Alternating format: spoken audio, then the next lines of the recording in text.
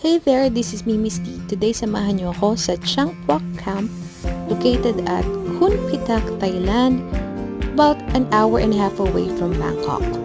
This place is highly recommended for family getaways since the camp offers group activity packages that you can choose from. Yung group namin opted for elephant trade, target shooting, and crocodile show package. Nag-enjoy both kids and adults sa mga activities.